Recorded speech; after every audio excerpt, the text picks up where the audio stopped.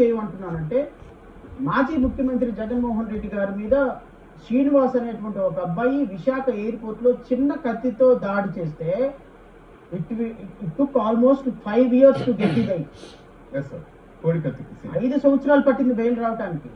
ఎందుకు అంటే 5 సంవత్సరాలు పట్టింది. ఎందుకు అంటే ఇలాంటి కేసెస్ లో కోర్టులు కూడా చాలా సెన్సిటివ్ గా ఆలోచిస్తాయి. కోర్టులు కూడా at the whims and fancies of the accused లిబర్టీకి బెయిల్ ఇవ్వవు.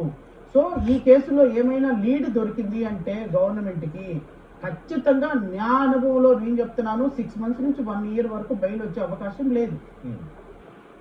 ఇదండి మన జడ 7 హాట్ కామెంట్. మొన్నటిదాకా నేను పట్టుకొస్తాను, అది పెద్ద కేసే కాదు అది ఇదని ప్రగల్భాలో కలిపినటువంటి జడ 7 ఇక రావణ్ అనేవాడికి 1 సంవత్సరము 2 ఏళ్ళు 5 ఏళ్ళ వరకు బయటికి రాడు అని చెప్పేసి కొన్ని కేసులను ఉదాహరిస్తున్నాడు.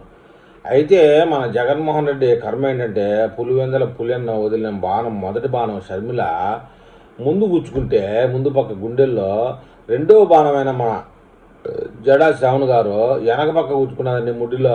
భలే వాళ్ళని పట్టుకొస్తాడు. ఇంతకీ ఏదేమైనా బాణం వదిలేటప్పుడు మటుకు బాగానే వదులుతారో, తీరా అది ఏదన్నా ఫెయిల్ అయినా ఇంకొక విధంగా అయినా ఈ విధంగా జగన్మోహన్ రెడ్డికి తిరుగుతున్నాడు. ఇట్లాంటి వాళ్ళని నమ్ముకొని జగన్మోహన్ రెడ్డి నది విధాలను చూస్తాడు.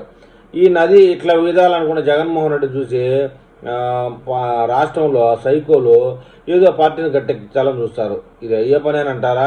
కామెంట్ చేయండి.